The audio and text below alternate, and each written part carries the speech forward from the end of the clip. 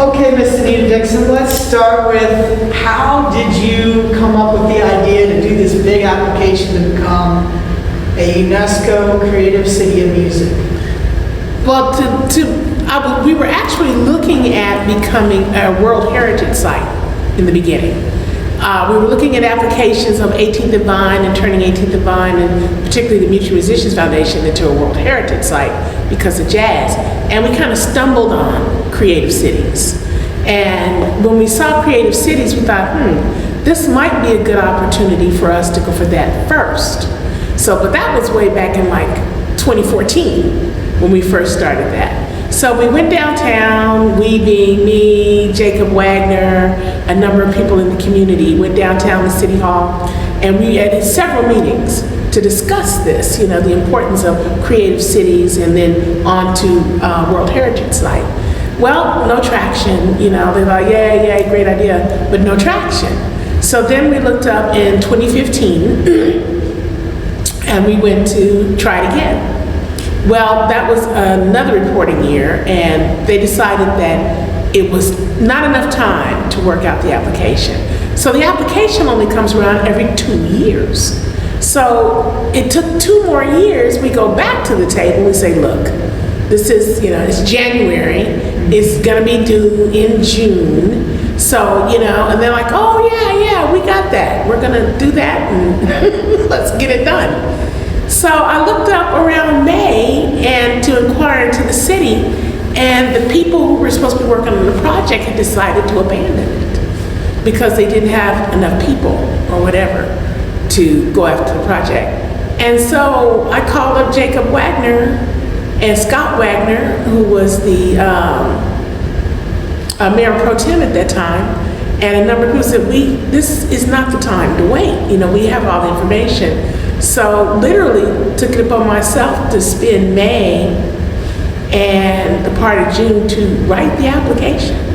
We already, the Center for Neighborhoods, Urban Planning and Architecture, Jacob Wagner, Anita Dixon, we had been working for years on the basic information. So when I took a look at the application, I realized it wasn't nothing that wasn't already there. The daunting part was just pulling it together. Right. Was just sitting down and actually just writing. Can you tell us the story of how you got the United States Commission to UNESCO to approve of our application and to sign off? Because they had to sign a letter. The mayor signed a letter of support, and you said this is May 2017, this thing is due in June. How did you get a letter from Paris to support this application? I actually got up in the morning and called Paris.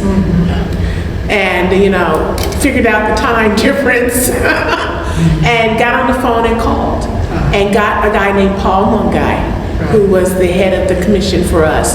And he told me if we were going to get this in, we needed to get it in 7 days before the deadline. Wow. So I no longer had 7 days. Right. I actually had shortened my own deadline. Right. So I had to get all of the application together and in so that he could send the letter that would approve the application moving forward.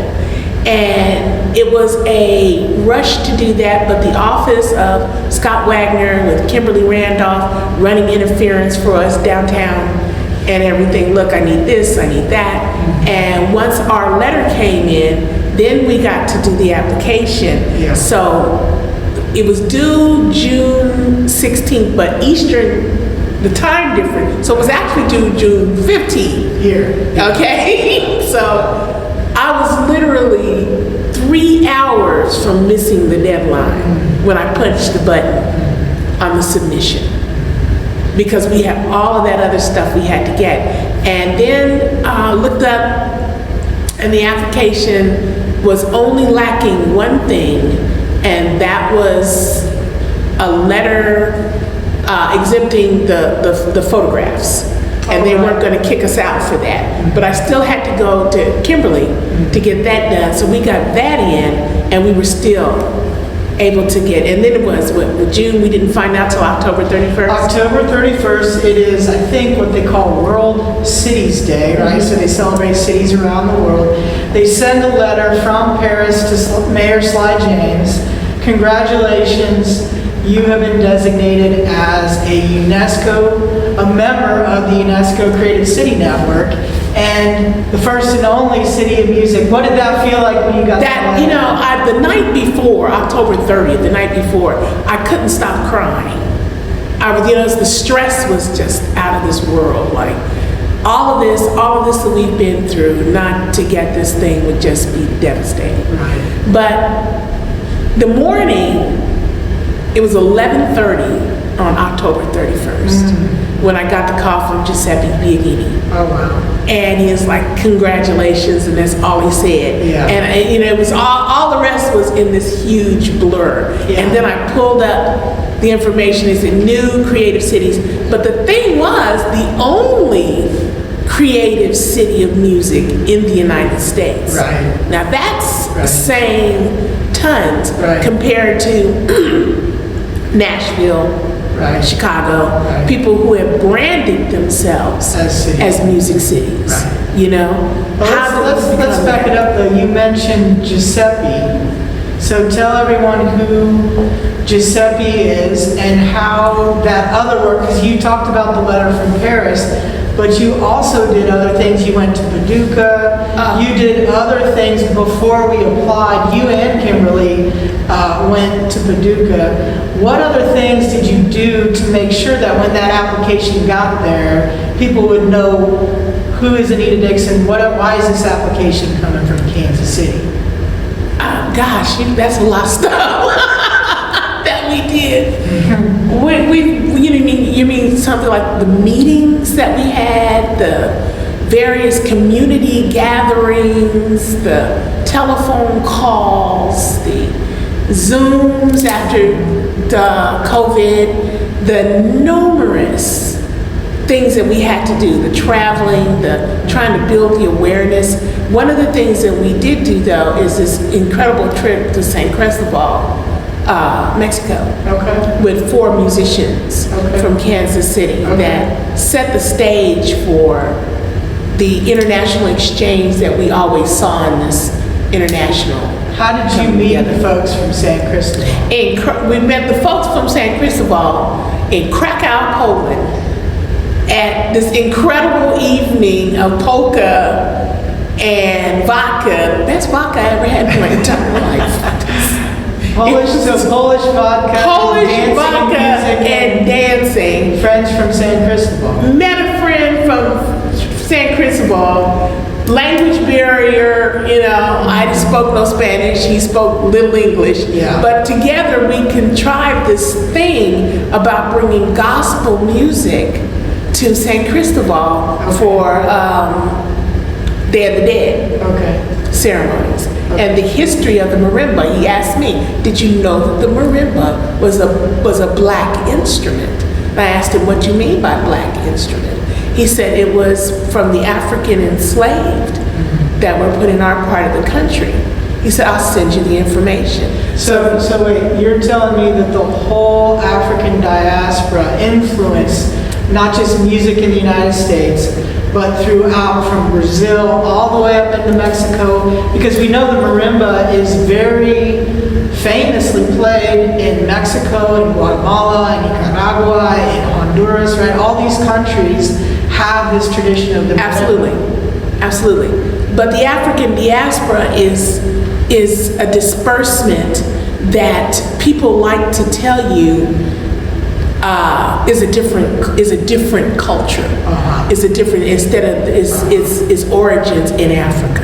But if you look at the Olmec sculptures in Mexico, it's clearly an African influence. Clearly. Right. But when in terms of music, even I did not consider, because we always have this thing that's always in front of all cultures, particularly when it comes to what they call anti-blackness. That they don't want you to believe that all of these incredible things Right. came out of this one continent. Right. Okay? Right. So the disbursement of that information to go to and talking to this guy in Krakow, Poland from Mexico, and I'm from the United States, to come together to find this out so that we can impart this information to the world was very important. And at that point, I realized how important our application had been. So in 2018, we go to Krakow, Poland for the first annual meeting of the UNESCO Creative Cities Network. Yes. There were over 200 cities there.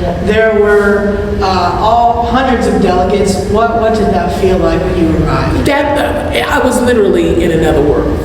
Just literally in the other world. When you put your headphones on and you're being translated, okay, and you're hearing the translations of 35, 40 different languages at one time, that was amazing. But then you realize where you are, and for me, that was a pilgrimage that I thought I'd never see in my life. Yeah. Because of an experience that I had as a young child with a Jewish woman that lived next door to us. So to be in Krakow, Poland, to be the only creative city of music in the United States represented, to be the little black girl who lived next door to a woman named Mrs. Silverberg, who was imprisoned in Auschwitz, and then to get on that journey to where she went in Auschwitz, it was a total life-changing situation. So while you were in Poland, you were there for this amazing celebration of music and arriving, and they had the orientation for all the new cities. But you're also there in Poland, and you made this extra pilgrimage because we were just down the road from Auschwitz. It was, you see these incredible castles, you see the preservation of the history. In old Krakow. Right. But then you know this horrible, unconscionable thing happened. And the preservation efforts of preserving that for the future, it was part of me who is a preservationist, right, that thought about how incredible this is still here, right, because it was such a horrible. Right. But then I had this personal experience because of Mrs. Silverberg. Yeah. So this UNESCO opportunity was one that has changed my life so profoundly that I know that in education, we're looking at things being challenged, like the 1619 project, right, and various things being challenged all over the world. Well, now it's a virtual impossibility to continue that, right, because the world has opened up too much. There's too much technology. People are learning too quickly. And so no matter the things that people do, we know that our UNESCO designation had a part in all of this education that is going to impart. So the application process is 4 years that we're getting here for this, and then the next 4 years right, will really, really tell the story about human beings. Well, let's not skip too much of the last 4 years, because we've had quite a journey. So you talked about making the pilgrimage to Auschwitz and honoring Miss Silverberg. We did that together. It was unbelievable. And then in Krakow, the conference itself was in a historic neighborhood, a historic Jewish neighborhood. So there were Jewish symbols and synagogues and buildings everywhere. So really that rich history of Jewish Poland is right there. And yet it's impossible to also realize, we're just down the road from Auschwitz. There was a ghetto here. This is why World Heritage matters, right? Why it not only matters, but why it's essential to humanity moving forward. Okay. Because if we don't appreciate the origins of culture, if the only thing that someone wants to do is to put up another coffee shop or another small plate restaurant, or to change the name of a historic neighborhood, right, or to do something like that because it doesn't fit in the current marketing scheme, right, then that's the problem that humanity will continue to have. It will continue to have racism, systemic racism problems. It will continue to displace people in homelessness and continue to take people out of their native communities and various things, and they keep trying to figure out why they keep having all these problems. Right. Well, no, it is not more police, and no matter what you want to believe in, it is a much more informed police department. It's a much more informed opportunity to get into communities and change them through our humanity, through our music, through our art, through our food, through our films, through the things that make human beings closer as human beings. We have a huge part in that as the only creative city of music in the United States. So that's a hell of a responsibility too. So 2018 Krakow, 2018 San Cristobal. A group of musicians go from Kansas City to San Cristobal de las Casas in Chiapas, Mexico, the most southern part of Mexico there is. 4 musicians trained in the tradition. They perform with the choir, the youth choir, the youth orchestra, and that was just the beginning. What happened in 2019? The COVID. That's all I can think No. 2019 was Fabriano. Fabriano, Italy. Oh my God. UNESCO, that was our annual meeting, and we went to Fabriano, Italy. And in that experience, again, you know, when you're able to travel internationally, and you have a mission when you're traveling internationally, you're not just going. You get the best of what everybody's got to give.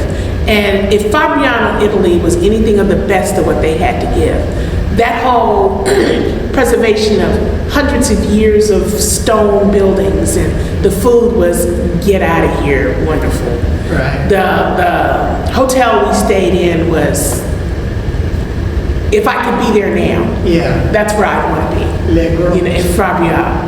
The grotto, right? Because it too was a World Heritage natural area, because all of these caves and these ancient and these grottos. incredible mountains. You open up your window and there wasn't a room that didn't have a view of these incredible purple mountains. Right. So we're in Fabriano, and we got to announce to the entire UNESCO body this thing that we're getting ready to do on June 21st, our Voyage of the Drum. Right. You were on stage. Right. And we got vetted. It's like, oh yeah, the United States is going to do the Voyage of the Drum. Right. And we invite everyone. Well, now we've got 23, 24 countries, you know, supporting. More every day. You know, and more every day. We're the host country of something called the Voyage of the Drum, one of the first instruments of humanity, if not the first instrument. So it's drum is food. It's drum, you know, people would take the skins off animals after eating the animals and make a drum.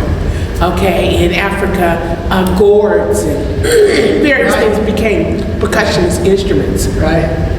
You know, the crafts and arts of a drum are incredible pieces. Right. You know, so the idea of that being part of our application, that the Voyage of the Drum, because the question virtually was, there are all kinds of festivals all over the world, you know, particularly jazz all over the world. What would make your festival, in your application, what would make your festival more unique than all the others? Right. And in the study and stuff that we've done for years, I realized that the thing that would make our jazz festival more unique than anyone's, we have all the elements of the African diaspora right here in Kansas City. Right. We had enslavement, we had drum culture, we had a unique style to come out of that drum culture, jazz, but we had an even more distinct style called swing to come out of that culture. Right. We had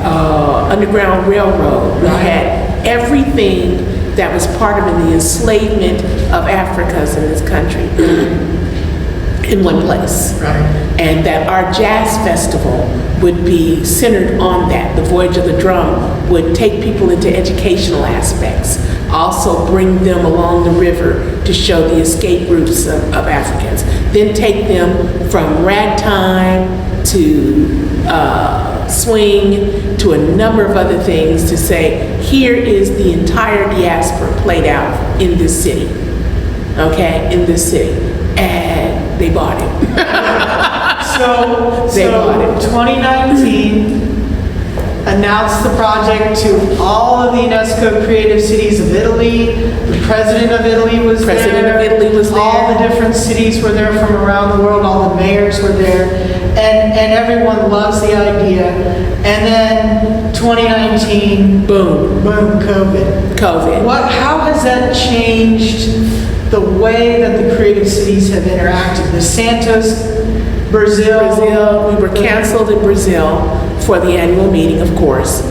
But how it changed UNESCO, from what we can see from where we sit, it changed UNESCO's understanding of who could access. Who could access? Because we were on the verge, from what I can see anyway, of becoming kind of an elitist, or, oh, we're UNESCO. And, people were treating it like that, oh, it's our, we're UNESCO and we don't let people in and da-da-da-da-da. But now, because of what's happening, because of COVID, they began to realize that without the technology and without the ability to pull in everybody they possibly could to sustain this thing, then the elitists were going, oh, I'm dying, you're dying, we're dying, the world's dying, the world's dying. So now, the only thing you see in Italy, they're out on their balconies playing music to each other, reaching out, trying to grab back hold of that humanity that they had begun to take advantage. They were beginning to, oh, we're UNESCO, we're cool. And if you can say there's a positive in a COVID movement, if you can say that, it forced the entire world to look at what's really important. What's really important, and that is health, life, liberty, and the pursuit of happiness. Right. What we've been talking about for a couple of centuries as a country. Yeah. And people have been forced to examine their doctrine on this all over the world. Right. So now we are recovering, so to speak. Yeah. And now funding is essential to what smaller groups are doing. Not so much more what the municipalities and various things that are identified are doing. It's like you guys had your chance at this. Now we've got to give the world a chance to recover. And the world's not going to recover if we don't give them the tools to do that. And UNESCO, we have the tools to do just that. So culture and creativity are essential for this recovery of the economy, recovery of our public health. Talk about that, because you've been promoting this now, this movement to understand the importance of culture and creativity for sustainability, right? That's the heart of what the Creative Cities Network is about. We've been looking, and thank goodness that we're beginning to, because it is literally UNESCO Creative City, Kansas City, that is pushing this thought of culture and creativity as an industry. We're no longer looking at it as just cultural enrichment, as so many people like to do. Here's the patron saint person with millions of dollars, and oh, they like your art, yay. No. This is an industry. This feeds people. This revitalizes communities. This changes the landscape. This preserves the importance of humanity. So now we're the catalyst for making that shift. Okay? Because then you find out that the creative industries worldwide is a $225 trillion industry. It is outpacing construction, it's outpacing transportation, it's outpacing all of these big industries. Okay? And why?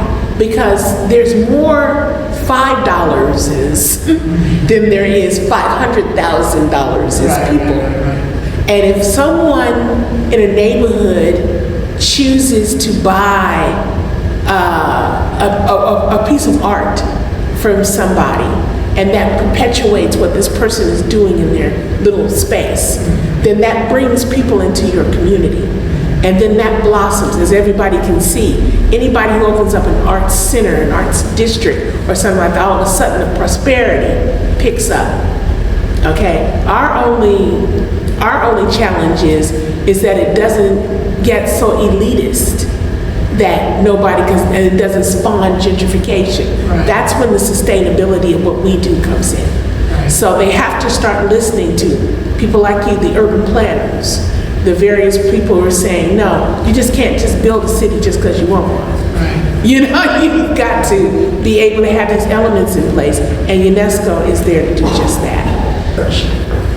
In UNESCO, because had it not been for the research, I would not have been able to pinpoint, because I've been working with you for so long, I knew where everything was. Mm-hmm. So the research assisted me in being alone. You know, so let's talk about that. A little bit about the research of neighborhoods, the research of the importance that you are obviously way ahead of even UNESCO and what needs to be done for the research based on the work that you do. When I lived in New Orleans, I finished my PhD there. And I had been there as a child for the World's Fair in 1984. And then my wife and I moved back. That's where my son was born. And when you're in New Orleans, you can go see the house where Jelly Roll Morton lived. And so when I got back to Kansas City, where I grew up in 2005, to teach at UMKC in the Department of Architecture, I taught historic preservation. And I had a young saxophonist in my class. And he was taking my class as an elective. So I said, go out and find me all of the houses where Ben Webster lived. Because I love Ben Webster, right? And I knew he was born and raised in Kansas City, Missouri.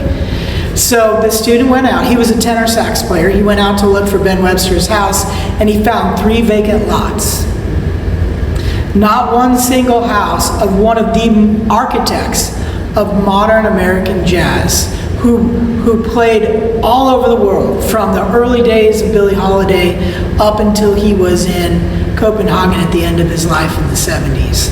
And I just thought, this is a travesty of American history, that we have this amazing gift, the asset of jazz music, invented in the United States, completely in American music, and it is not valued at home the way it is valued abroad. Right.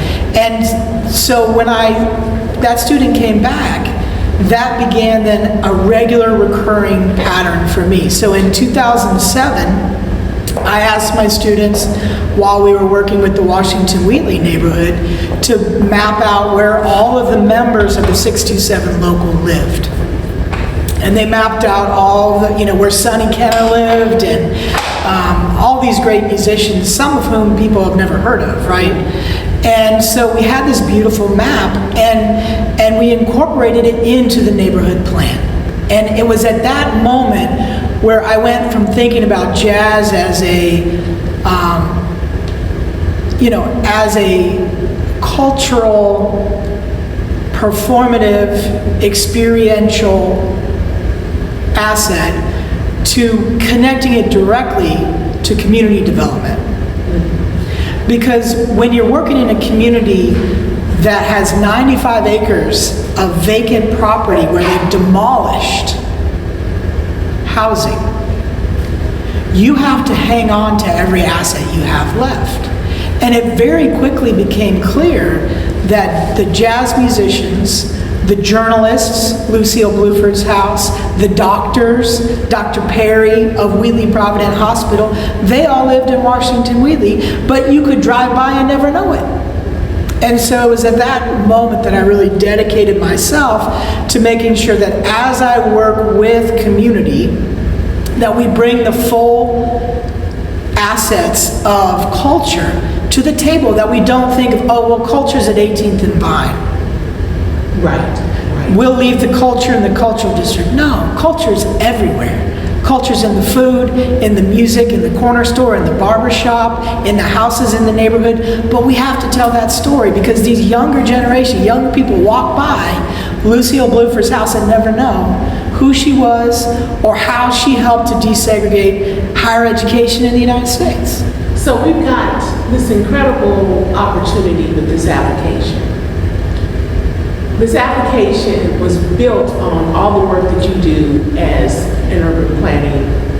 Talk a little bit more about urban planning, your office, and why it fits into cultural communities? Why that's important? Well, we started working together really intently in 2014 when I received a rocket grant from the Charlotte Street Foundation, because in the same year we did a project together on Ben Webster. It was 40 years after he had passed, and we did that connection with the Ben Webster Foundation.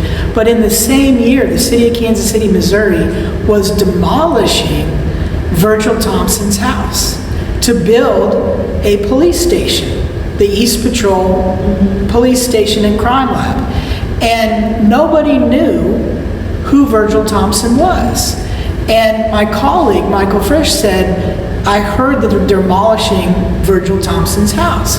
So I did the research, and sure enough, Virgil Thompson grew up in Kansas City. His childhood home was right at 27th, one block off 27th and Prospect on Wabash. And Virgil Thompson was the critic in New York for classical music in New York. He was openly gay, and he worked with African Americans very early on during a period of segregation. He didn't care. He loved music. He loved American music. He studied in Paris and came back and became one of the most important critics of classical music in the 20th century. His childhood home, where he lived and his parents lived, was demolished to create the East Patrol Crime Lab. We could have simply moved it one block and saved it and had a center, a museum for celebrating Virgil Thompson, but we didn't, because we don't value culture the way we should. So in that same year, you and I worked on that. We worked on Ben Webster Foundation. We started to think internationally together. And in 2016, we did the studio together to do the research on how to have the Mutual Musicians Foundation, which was already a National Historic Landmark, become a World Heritage Site.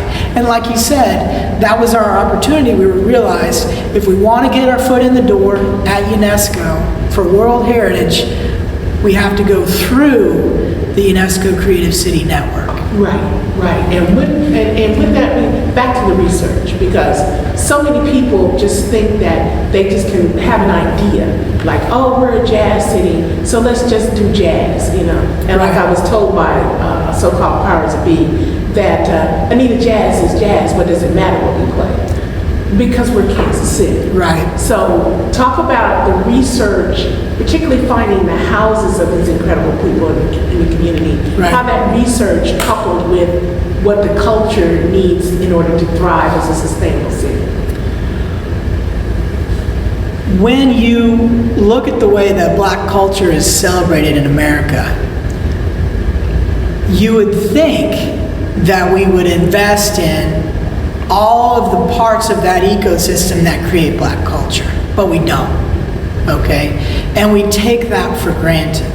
The research gives you the historical, authentic understanding that you do not have a Charlie Parker and a Dizzy Gillespie without a high school band instructor who made them practice, who motivated them to become the musicians that they became, that they had a foundation of education at a high school level in American music, and that they learned it in band class, and they played it every day, but they took it home with them, and that became their life.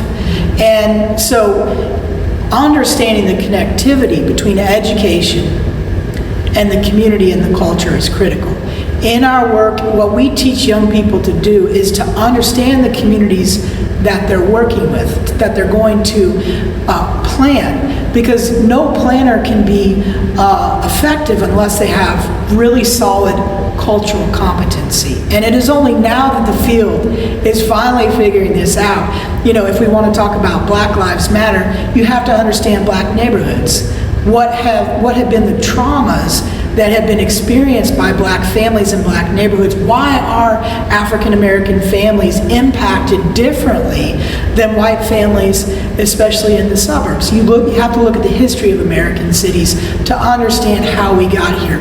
Urban renewal, disinvestment, deindustrialization, redlining, all these things. It's taken a generation in my lifetime, what people used to not know at all. Now you can say redlining, people understand what you're talking about. 10 years ago, that was not the case. So we're learning about it. We're learning about it nationally now because we have to, because of everything that's going on. Because the young people are forcing the issue in the streets, from Michael Brown in Ferguson to George Floyd in Minneapolis. That story is no longer, like you said, it can no longer be kept under wraps. So we've got this incredible application. We got it. We got UNESCO. Talk about what it's been to bring that knowledge to the general population of just our city, and then we'll go into the rest. So in 2017, when we received that letter from Paris, we were both elated, and we really had no idea what the next 4 years would be like. And by December of 2017, just a few months later, we realized the challenges at City Hall. We realized we had to work and design our own logo. If the logo, the symbol of Kansas City's designation, was going to represent the story that we wanted this designation to carry forward. Talk a little bit more about just that part, just the logo. Because no matter what, you see these incredible logos of UNESCO cities all over the world, and our logo is tantamount to who we are. So talk about our logo encapsulates 3 key elements of our designation as a city of music. A lot of people may not know the name James Weldon Johnson, but James Weldon Johnson wrote the African American national anthem. Right? Lift every voice. Lift every voice. And he was a poet. And the UNESCO Creative Cities is about music, literature, poetry, design, architecture, craft and folk art. Our logo brings all those things together. And the central element is a trombone. James Weldon Johnson wrote in 1927, God's Trombones, a series of Negro verses put into poetry, into literature, because he transformed the Black American experience into an epic set of poems. Where was he when he did that? He came to Kansas City, and he was inspired by Kansas City music. He went to church. He did Saturday night and Sunday morning, right? And he was inspired by the voice of the preacher, and it reminded him of the voices of the sound of the trombone, the call of the music, that connection, right?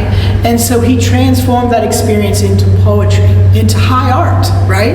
And left that legacy and put Kansas City music on the map as really establishing the importance.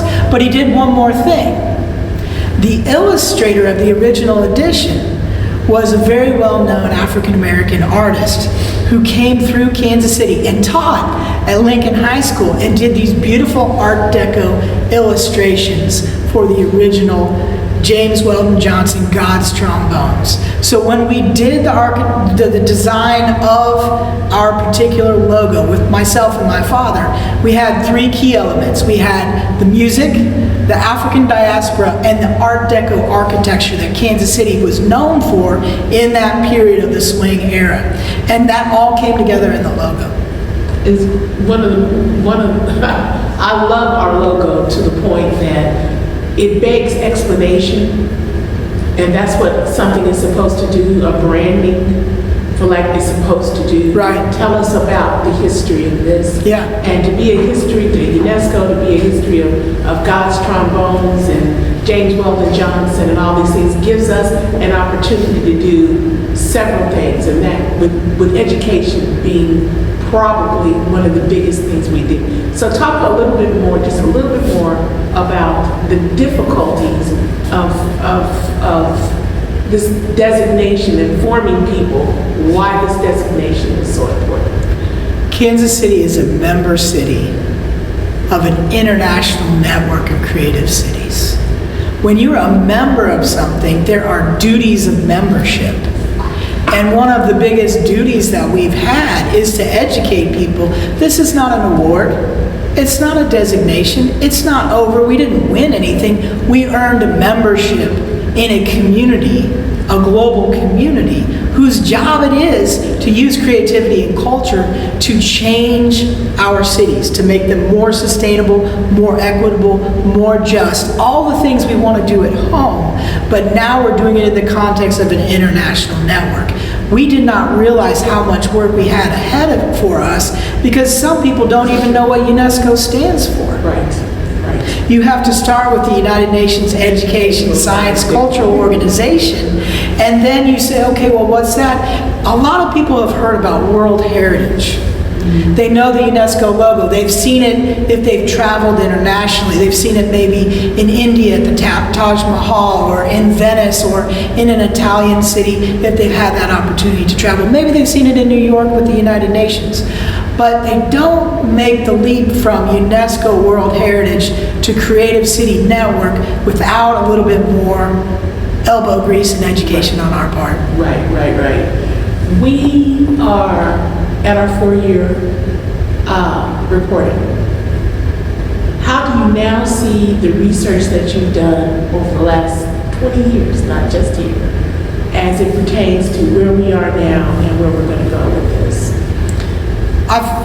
To be completely honest and not trying to be arrogant, I feel like the world has finally caught up and understands where we are. And when you're too far ahead of folks, you have to bring them along with you. You have to meet people where they are, be humble, meet people where they are, and work with them to bring them up to where you want to be. This past few years has been an intense quickening, a racial reckoning that is long overdue, generational, long overdue. And finally, we've got enough background information that people now understand the value of Black history. It wasn't too long ago, people would have looked right past the Negro Leagues or the 627 local and said, what's that? Who cares, right? And now it's being valued in a new way. But this is a critical moment, right? Because basing your development of a community off assets, cultural assets, creativity, the community has to still be in control of that. You can't give up control of your culture to anybody else.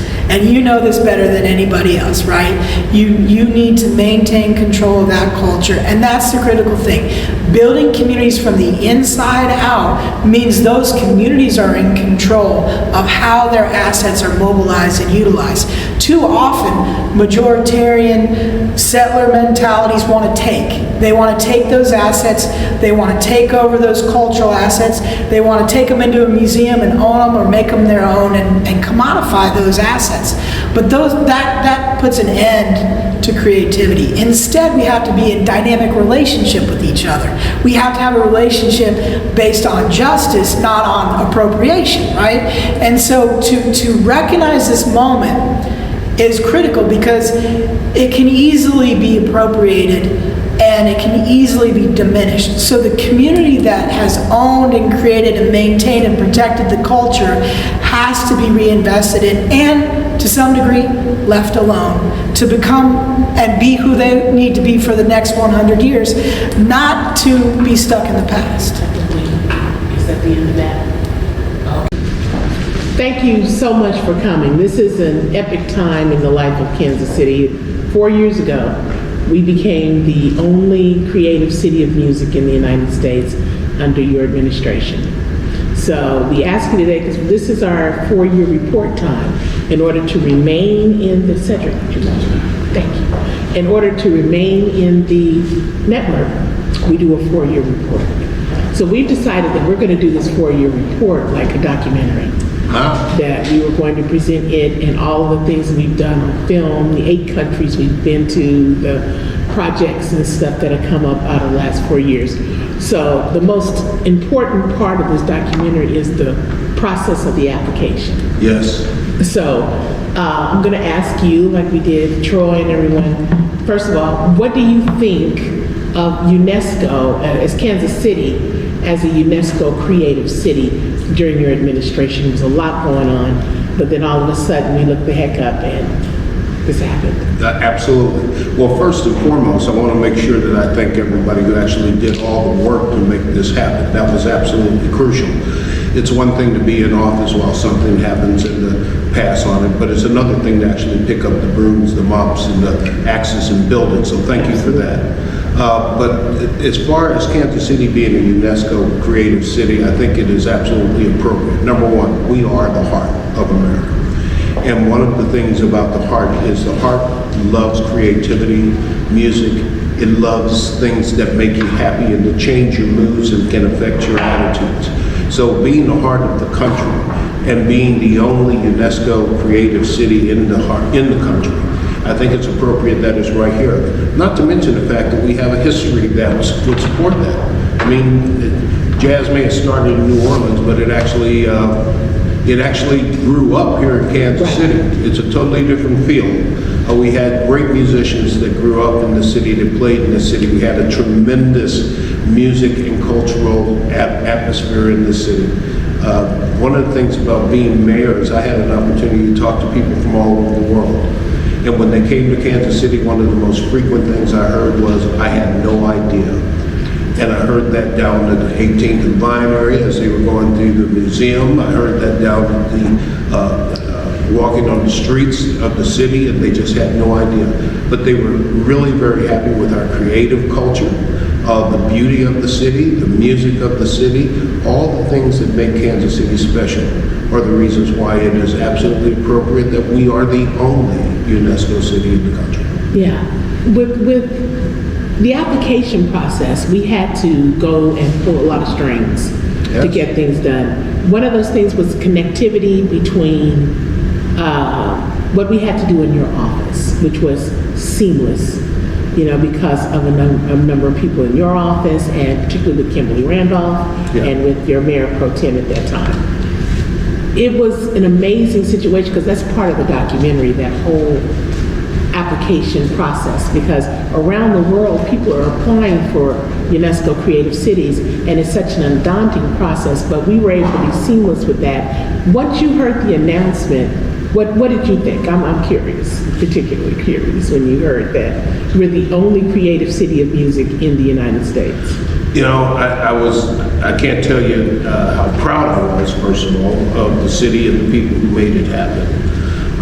But how much I thought it was something that really would make the rest of the residents in the city proud. One of the things that I noticed when I came into office was that Kansas City was kind of down in the mouth, feeling a little bit inferior. Things weren't going well. We always wanted to compare ourselves to other places.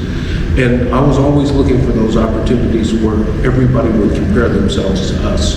This was one of those things that forced other cities to compare themselves to us. Something unique, something that only we had, something that we had worked for and earned, something that you put a lot of effort into. So I was very, very pleased with that. I thought, once again, Kansas City is being recognized for its true character and its true attributes and assets. I was just proud. I'm big on the city. I loved when we started winning. And when we started winning, our attitude became more winner-like and less defensive and less wanting to beat Denver or Minneapolis or some other place, or St. Louis. Yeah. It was really funny. After a while, they all wanted to be us. And this is one of the things that made them want to be us. So absolutely a little bit arrogant with the other cities. I want to kind of puff my chest out and say, we did, you didn't. But I try to refrain from that because that's easily turned back on you. But at the end of the day, I think the best word to describe it is immense pride. During your administration, we were watching how you recognized, one of the few that recognized the arts as a creative industry. Absolutely. Okay, and we've traveled the world now, and that's the focus most around the world. What made you focus on arts as a creative industry for Kansas City, and then as it pertains to UNESCO and our opportunities now? Well, one of the very first things I did was I asked Mike Burke, who I'd run against in the general, to chair a task force to look at the arts and how we could better magnify their impact and bring more cohesiveness to it. And they created the Arts Convergence out of that. I grew up in a family that loved music. My father was a big Jimmy Smith fan. If you ever, I mean, That's right. you know that's right. And so, we always used to be listening to jazz and blues in the house. I spent high school years, tons of time at the Nelson. I mean, I almost lived there, especially when you could go into that little cafeteria and eat for really cheap. But at the end of the day, my wife is an artist. My daughter was an artist. She's no longer really doing much, but she's still very artistic. So I grew up with it. Our house is full of art from all over the place. So at the end of the day, I don't know how you can live a balanced life without art, creativity, and culture. Work's fine, sports are great, but you got to balance it out with something for the soul, and that's the creative culture. So I recognize that, but also I recognize from a pragmatic standpoint that this isn't just something that feels good. This is something that generates economic activity.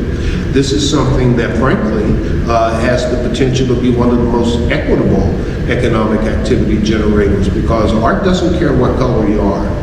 Now, the people who buy and purchase it and go visit it, that might be an issue.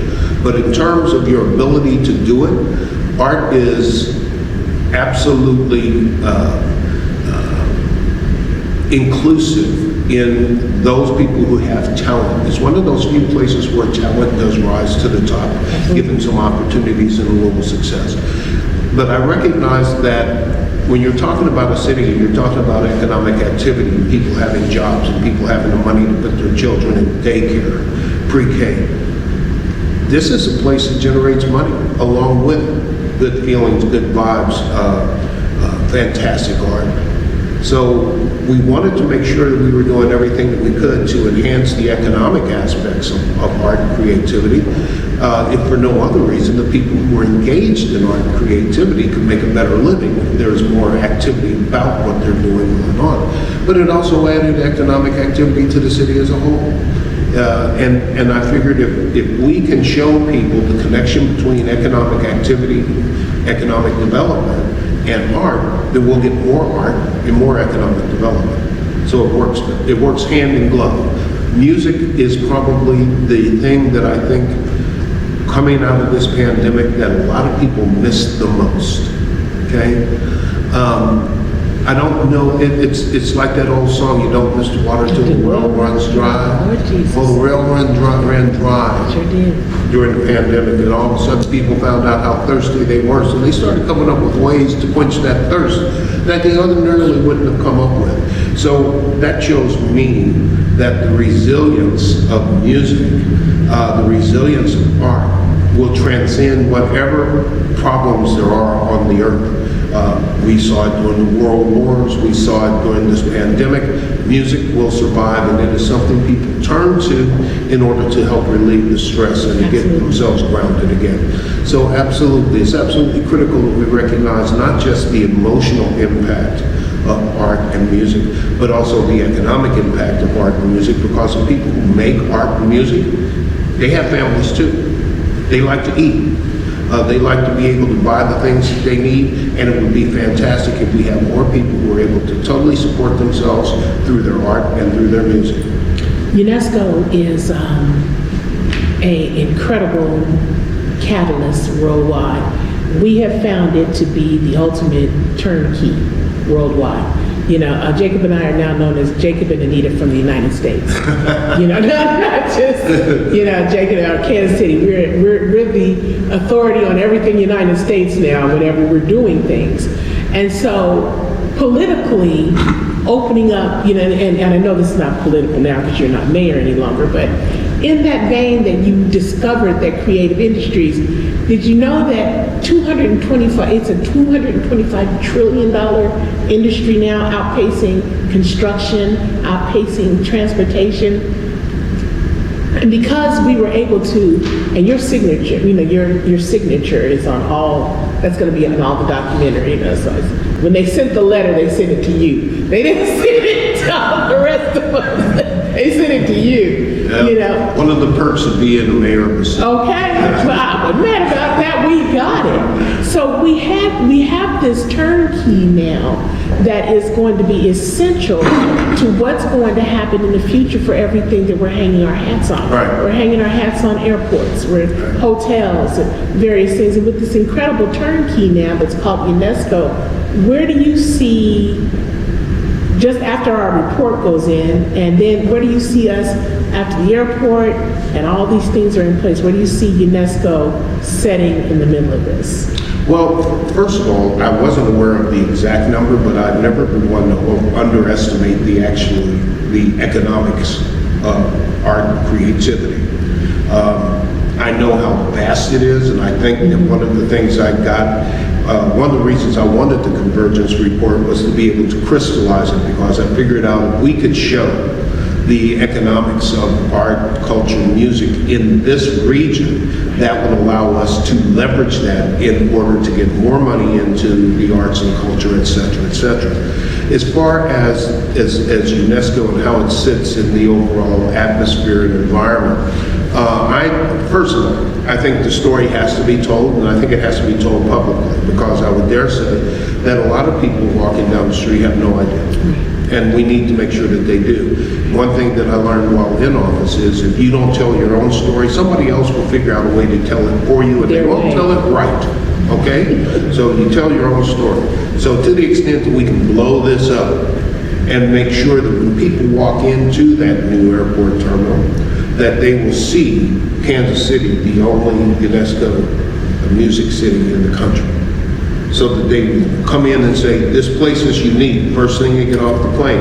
And they should be hearing the music as they walk through.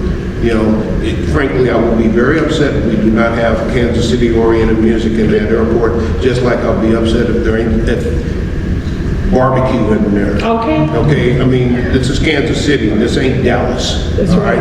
We don't, you know, we don't need cows running through or anything. It's funny how they think of us as a cow town, and they got a lot of cows down in Dallas, but that's just Okay, that's just me. That's just me. You know, I feel the same way.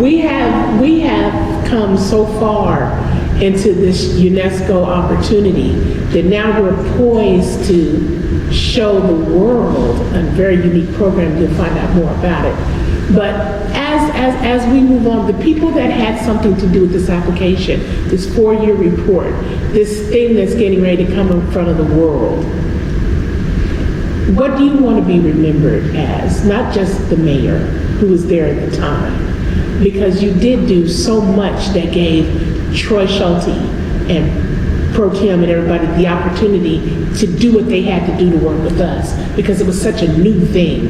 And in Kansas City, something that's so incredibly new is usually hard to push over. You know, what do you see where you'd like to be remembered in this whole thing? I don't think like that. I never have. I think that when you start thinking about your legacy, you start doing things to enhance it. And I've tried to avoid that, because at the end of the day, when you're focusing on what you're going to be remembered for, you're going to manipulate the environment so that you're being remembered in the way that you want to be remembered. That doesn't necessarily solve the problems or feed the bulldog. What I want to be remembered for is a person who loved the city and did everything that we could to make sure that the people in the city had access to everything that they needed, whether it's food, shelter, arts, creativity, outlets, whatever the case is. I believe in being a public servant, not a self-servant, okay? So the idea is to try to serve the public. So whatever people want to remember me as, some are going to remember me in a lot of different ways. Some are going to like it, some ain't going to like it. Frankly, I don't really care which. That ain't what I'm all about. What I want is for this city to recognize its truest potential and to reach it. And if we do that, everything else takes care of its place. My first pro tem, Cindy Circa, told me at the beginning, and I made a habit of trying not to make decisions based on politics. And we were having this conversation about a particularly sticky issue. And I said, I really am struggling with what to do, and I suggested this, and she said, you know, that's the first time that you've ever made a suggestion of a remedy for a problem that was really political. That's not like you. And I said, you're right. And at that point, it became very clear what to do. Do the right thing and let the politics take care of themselves. Really don't care about the politics.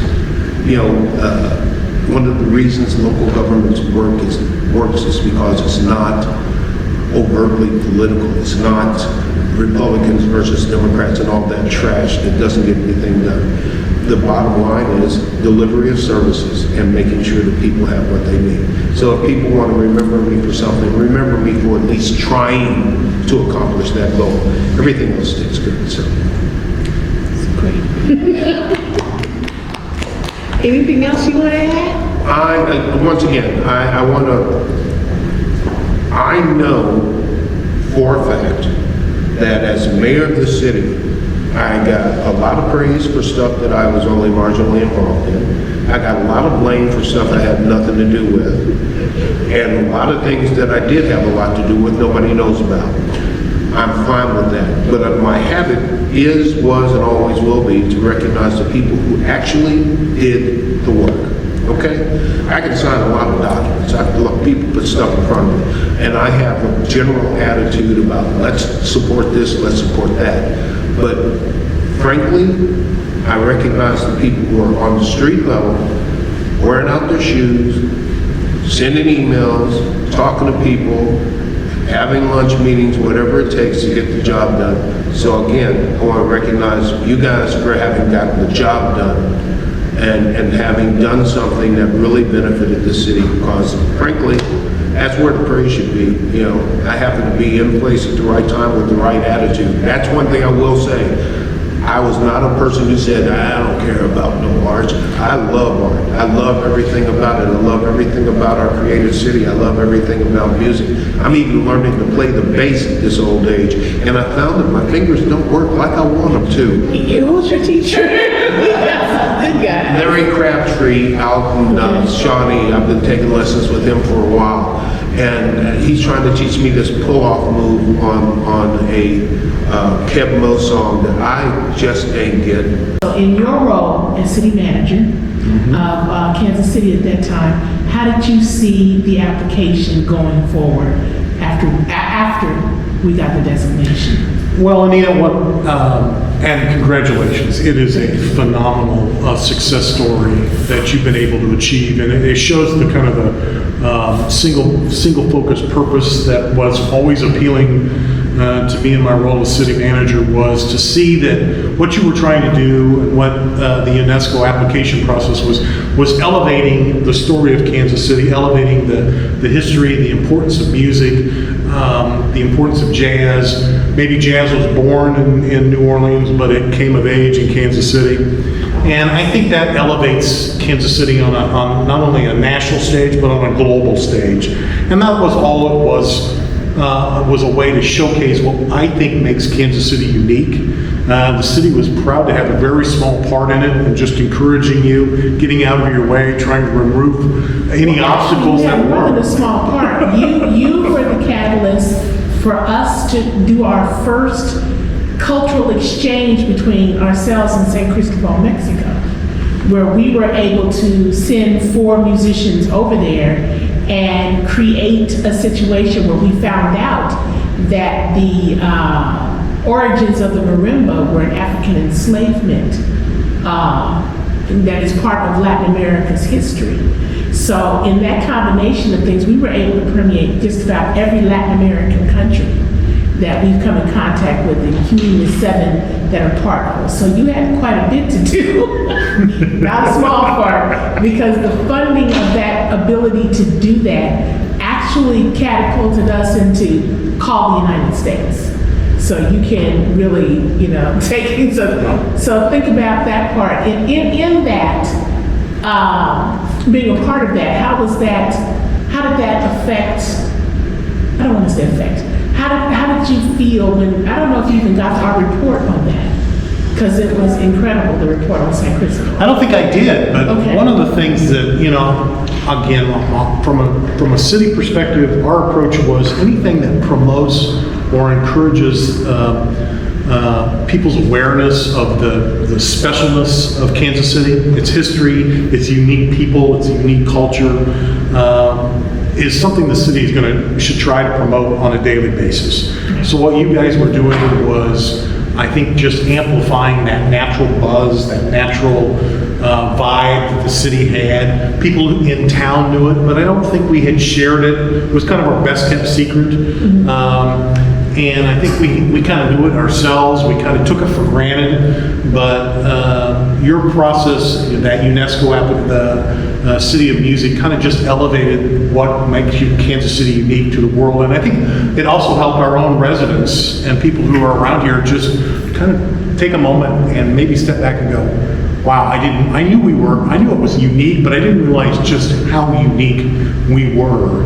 And I think that always helps, because if you can build up your own, it's greater when they can accomplish more with that sense of pride and that sense of empowerment. So that's why I think this process was so important to the city, because it not only spoke to our past, the creative folks that are working actively in our midst today, but really kind of set the stage for what I think could be a future where the eyes of the world turn to Kansas City for a leading, just like we were leading innovators in jazz with Charlie Parker and some of the big band sounds, Moten and some of those guys, Duke Ellington, all that Kansas City sound kind of led the way in the 30s and 40s into the 50s. I think it sets up another stage for Kansas City again to kind of set the framework for what the interesting stuff, the cutting edge stuff that's going on in Kansas City, we can not only share it with ourselves, but more importantly with the world around us.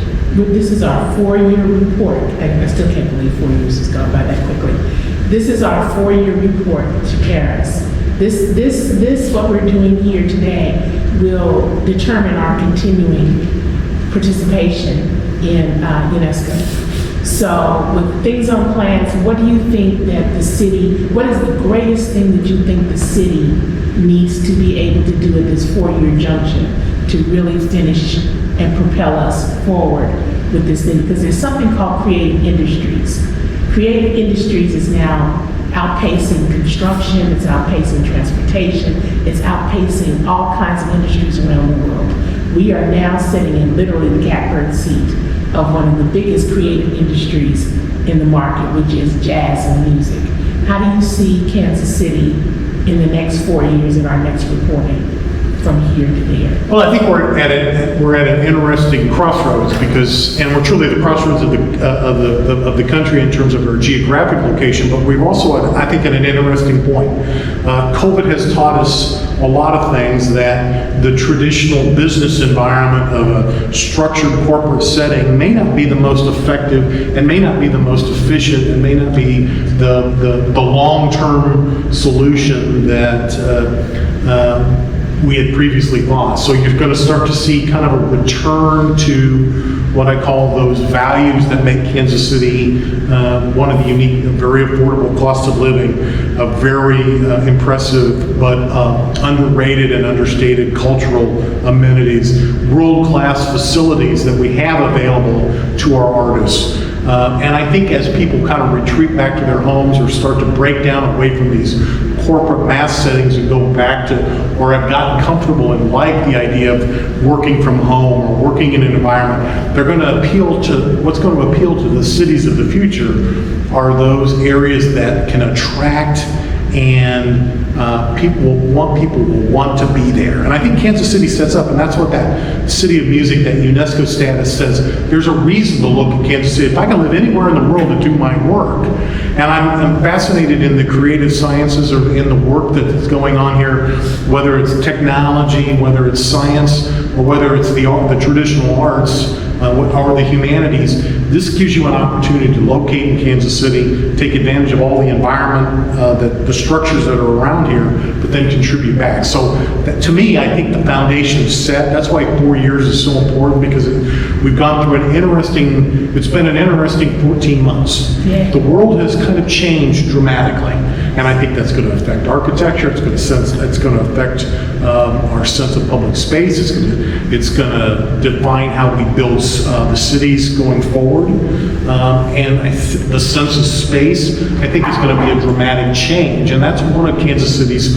core strengths. We've always had it, but I think it's well positioning us going forward. So again, it's not only the physical environment, but it's what I would call the emotional environment, or the intellectual environment around it that sets up Kansas City. And that UNESCO status, it tells the world Kansas City is a place in a post-COVID world where you can thrive and do great things in an environment that's welcoming and attractive, not only physically but mentally.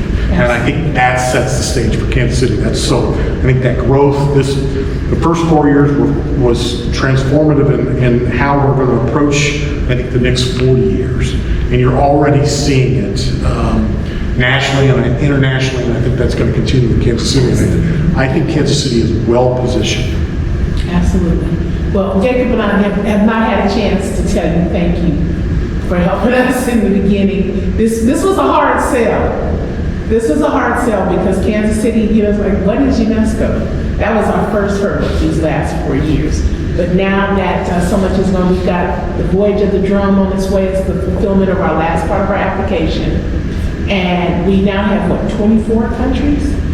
24 countries submitting video on their culture in the drum. Japan, Chile, Turkey, Spain, Germany. Yeah, all of these 24 countries are submitting 10 to 15 minute videos that will be played during the our Voyage of the Drum Festival that's going to be in Dunbar Park. And Which is a great location. yeah, oh yeah. And historic in what it's doing. We're also bringing Bill Summers, who was the percussionist for the most iconic jazz album of the 70s, Headhunters, with Herbie Hancock. And he and a number of people are going to be here celebrating this Voyage of the Drum as the whole world looks and says, the host of the Voyage of the Drum is Kansas City, Missouri. Yeah, I think what you've done, Anita, what Professor Wagner has done, and former Councilman Scott Wagner, and kind of leading this effort have been absolutely exemplary. And again, from a city perspective, we were just tickled to death to be able to support you and do what we could from a city perspective to encourage your effort, because I think it's going to be transformative as we go forward. And the fact that you picked Dunbar Park, which is in an often neglected part of our city, but it's a great neighborhood, great people.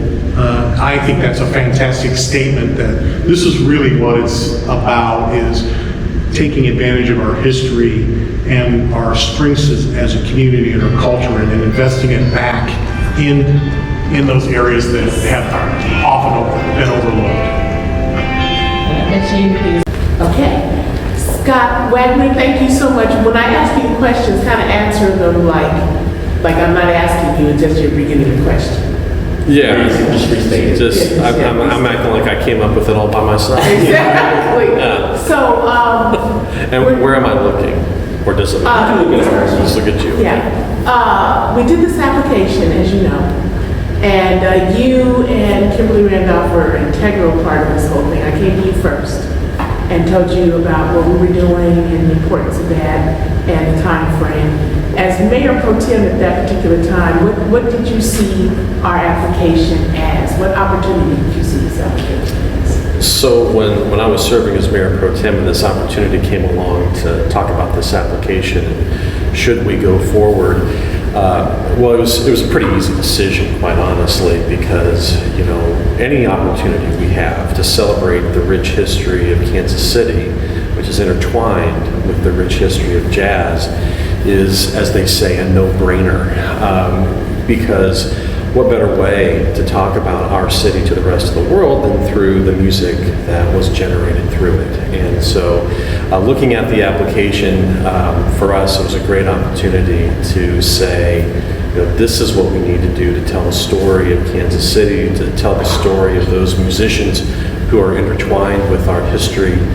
So it was an easy decision to make.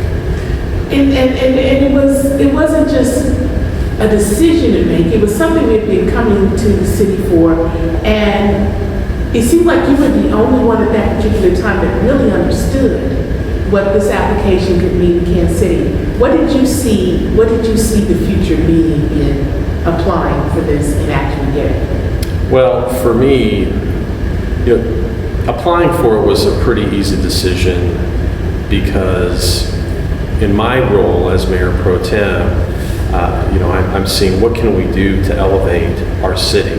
What can we do to elevate parts of our city? The problem many times that politicians have and elected officials have is they're so ingrained in, what do I need to do today for some constituency? Whereas from my point of view, it was a matter of I help my city and all constituency by finding a platform in which to tell our story. And, I'd like to think that that's a pretty easy decision for anyone to make and anyone in elected office to make. But I felt pretty good that this is an opportunity I have to elevate my city. Let's do that, because that's what helps everybody. And others will figure it out, and others will understand what we're doing later on. Too often we think of Kansas City as this little city in the Midwest, and no one's really wants to know our history and why we're important to the rest of the world. I looked at it as very opposite. We have a lot of things to say. We have a lot of things to present. Let's tell the world about us. And if we have a good story to tell, they will see it and they will know, and we'll be successful in this application. And that's exactly what happened. Now, you were able to make it to our first annual meeting in Krakow, Poland. Mm-hmm. And let's talk a little bit about that international platform that we found ourselves in this incredibly old city, Mm-hmm. and bringing this virtually new thing as the only creative city of music in the United States. Mm-hmm. So Krakow was very interesting because once everyone knew who we were, and knowing that we were the only city of music from the United States, it was like a magnet. People wanted to know more about us, wanted to know more about our history and our music and jazz, and to figure out, well, this is how this all relates to our particular city. And I couldn't imagine how many other cities around the world did jazz festivals until that weekend, because I swear I probably had at least 10 business cards handed to me just for that purpose alone. And so I think what we found very quickly was that this is a big deal for everyone else. We should be treating it as just as big a deal, and not only an opportunity to talk about what we do and to talk about the music that came from this city, but also how that music relates to everyone else, and how it is, especially when we were in Krakow, how our music is a gateway to other culturally important things around the world, whether it's music or fabrics or literature or whatever the case may be.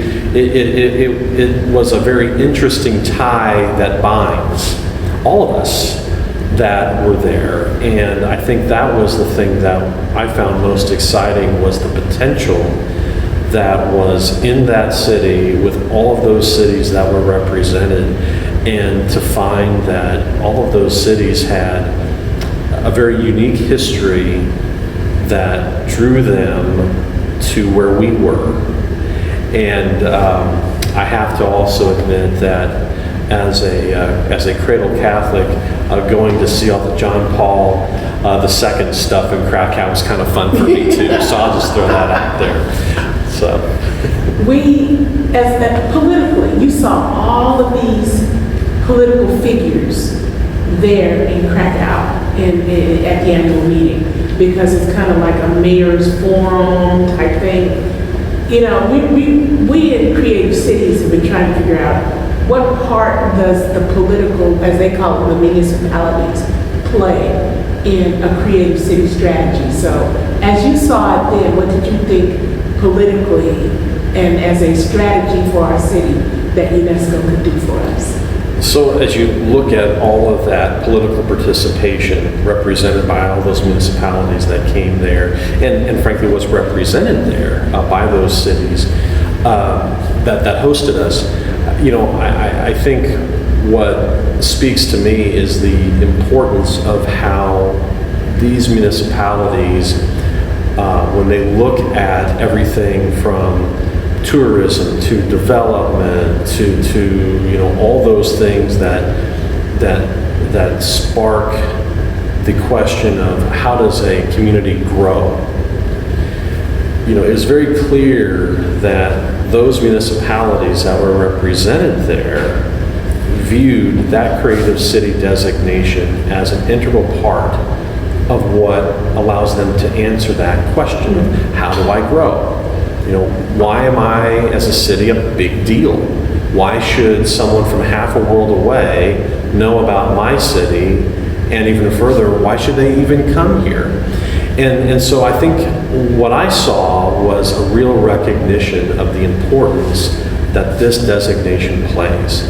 And even further, as I was getting those various business cards and postcards about the events that they were having and how, you know, they wanted us to be a part of that. Again, to create that tie that brings, you know, cities and people together. And so I think, you know, that was the takeaway that I got coming back from that was, you know, this is a big deal to everybody that's there, and it's not just from the cultural side, but it's also recognized by the political and the elected and leadership side that, you know, these are things that help propel a community. These are things that tell a story about a community, and therefore it's the things that really create the interest for a community that draws people to it. Absolutely. We are now at our, can you believe it's been 4 years? It seems like forever. It just came. It came and went, doggone it. We're at our 4-year reporting. Yeah. This is actually our first reporting year. And it is essential to stay into the network. Mm-hmm. So in these 4 years, we've accomplished quite a bit. We've been to 8 different countries. Mm-hmm. We've been able to pull together events that have not happened anywhere else. And this Voyage of the Drum is big. We're getting, as we go post-COVID, as the world begins to go post-COVID, where do you see, from application to 4 years, where do you see this as a defining mark for Kansas City right now? Mm-hmm. So, yeah, 4 years comes and goes faster than you think. But I think for us, what is important about this 4 years is what we've been through to get here. Mm-hmm. You know, when you throw on a once in a century pandemic, when you think about the various bits of political turmoil that has occurred, not just here in the United States, but really all over the world, and you think, despite all of that, we're moving forward and we're trying to make positive things happen, whether that is by sending our musicians somewhere or by having events here that people can be a part of from all over the world. I think you have to kind of stop and say for a moment, you know, that's not bad. That's pretty good. And that in and of itself suggests how much people, not just with this team here in Kansas City, but with the various teams reflecting the UNESCO cities across the world, still found a way to tell their story and to make it work. Yes. Now, I would like to think in the future, it should get much easier, I hope. but we'll see, right? Who knows what's around the It's corner. much easier because it's needed. Yeah, You are now post-political. I'd like to think so. There is all kinds of opportunities. I hope you'll always join us because had it not been for you, and particularly your office, working with us, it would not have happened. Because we needed that go-between, we needed that person in City Hall to stand up for us, even though nobody knew what we were doing. So this is going to be our opportunity to tell you internationally, thank you. Thank you. You know, and to be able to say, as we go forward, there's still more that you can do. So please consider doing that. Of course, well, there's always more. Oh, yeah. You know, there's always more because in the end, you know, you start with your own ideas of what something can be and could be, and then circumstances and others come forward to show you what else it can be. And so, you know, I will do the very best I can to remain engaged, but honestly, I look at what's been done and I feel pretty good about myself because in the end, one of the things that they don't tell you when you're in elected office is that it's not only about the decisions you make at the time, because that's what the focus is always about. You got to decide something. What they don't tell you is how important it is the decisions you make affect things down the road. And one of the things that I've always been grateful for, not only because my hours are better as a result of leaving office, but all kidding aside, it's, you know, these seeds that I helped plant are now creating, you know, these sturdy, magnificent trees that are well rooted and they're not going anywhere.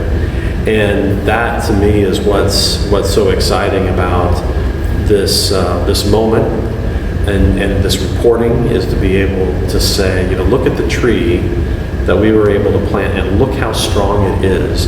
Despite all the buffeting winds, despite all the flooding that's occurred, that tree is still standing and its roots are very strong. It's not going anywhere. And I'm hopeful that anyone who looks at what has happened over the last 4 years recognizes that and says, you know what, we want that tree to even grow further. We want it to grow bigger. We want it to grow stronger. You know, and that, and if I can say I was there when we planted that seed, I feel pretty good.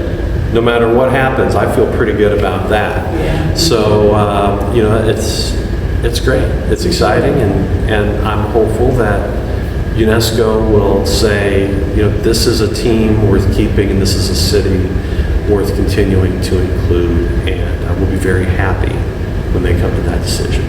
Thank you.